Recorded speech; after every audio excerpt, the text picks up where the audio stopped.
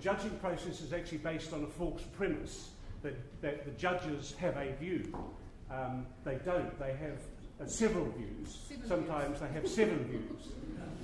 The way this is dealt with traditionally in competitions of this sort is to have some sort of arithmetic solution where you add scores together and the winner is the person with the most score at any point in the judging process.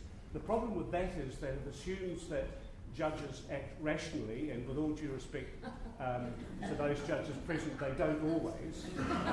It also assumes that the process through, say, a grade of 1 to 10 operates smoothly, and in fact it doesn't. There's always clusters around the 5, 6 point, and people tend to vote higher than lower, so that the low votes tend to get diluted by the high votes. I'll just give you a very quick example.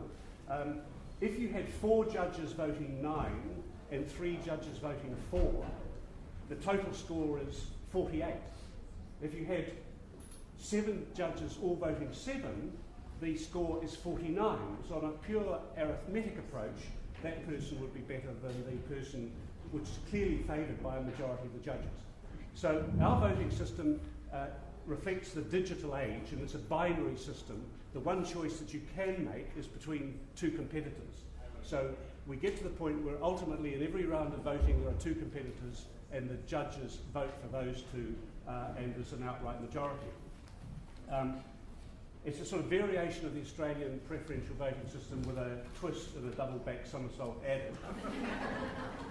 Bliss and joy for me as the convener of judges is if in the first round of judging someone gets an outright majority. So there are 4 judges prefer a candidate. I should have explained that the way we do it is that we vote a person through to the next round. That person is then in the next round, and then of the remaining candidates, we vote another person through to the next round, and so on until we have 6. So when the first person comes up, the judges vote 4-3, and I'm delighted that person goes through. We then move on to the second person. However, that doesn't necessarily happen. They might vote 3-3-1, in which case the person with 1 vote drops off, and I ask the 7 judges to choose between the 2, 3, and that gives you a 4 majority vote. It must be. Then you have 2-2-3, in which case you vote between the 2 2s, and the winner of that one goes up against the 3. So it works at that level, and in the semi-finals in Auckland and the finals it works very well. With 18 contestants and 7 judges, it can get very hairy.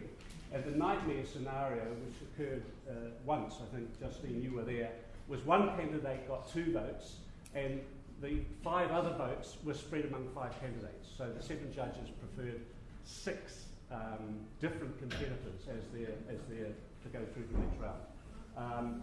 I jumped out the window, recovered, and came back.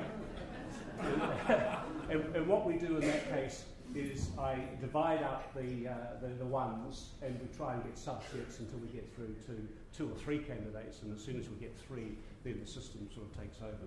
So the idea is that every person that goes through to the next round has got a majority of votes at some point of all the judges, and I think that works quite well. It is a bit complicated, and if we don't announce the result until midnight, you'll now know why.